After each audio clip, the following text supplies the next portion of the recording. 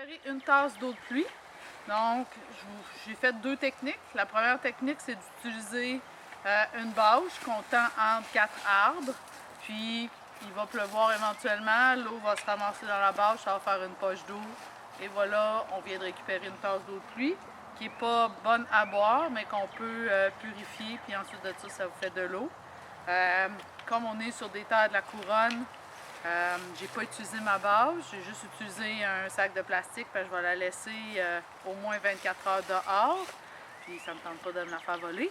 Mais le principe, c'est si j'étais en survie, j'utiliserais ma bâche pour récupérer. Donc l'eau va se ramasser au milieu, puis après ça, j'ai juste besoin de la récupérer. Fait que ça, c'est une des techniques qui peut être utilisée.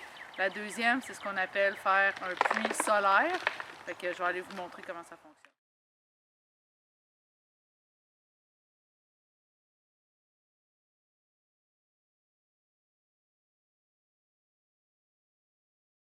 Ouais, donc, dimanche le 19 avril, j'ai installé ça hier, il faisait beau soleil, puis il a tombé un peu de pluie aujourd'hui.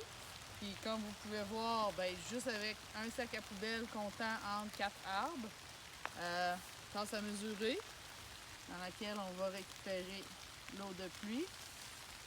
Et une tasse, venez voir, une tasse d'eau de pluie. Puis il m'en reste encore là-dedans, donc mettons que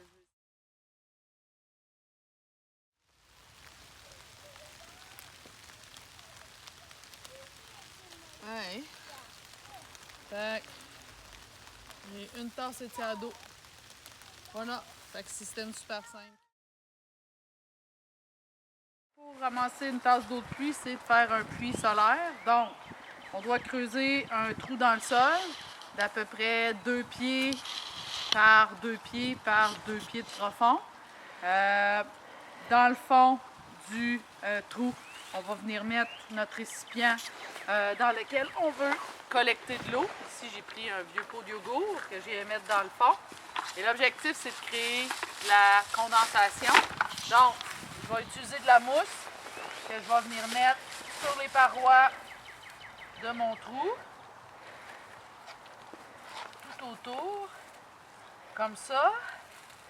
Puis comme que c'est de la mousse, ça va vouloir repousser, créer de l'humidité.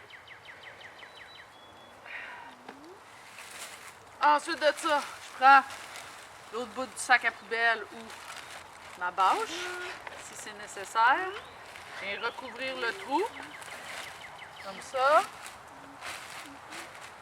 Je vais venir solidifier avec des roches, puis éventuellement la terre.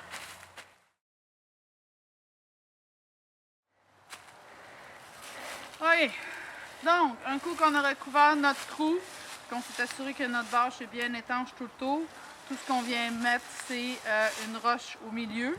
Alors, ce qui va se passer, c'est que la végétation qui est en dessous, avec la chaleur du soleil, ça va créer de l'humidité. Cette humidité-là va monter, va venir se coller sur la paroi en plastique qui est là. Et ensuite de ça, va tomber vers le centre pour se ramasser dans mon récipient à la fin. Donc, on va voir lequel des deux fonctionne. Donc, même journée, deuxième système, le puits solaire. Donc là, il y a de l'eau qui s'est ramassée sur le dessus du sac à poubelle, c'est sûr, il pleut dehors, mais moi, ce que je veux voir, c'est est-ce que j'ai de l'eau à l'intérieur. Fait que je vais déballer ça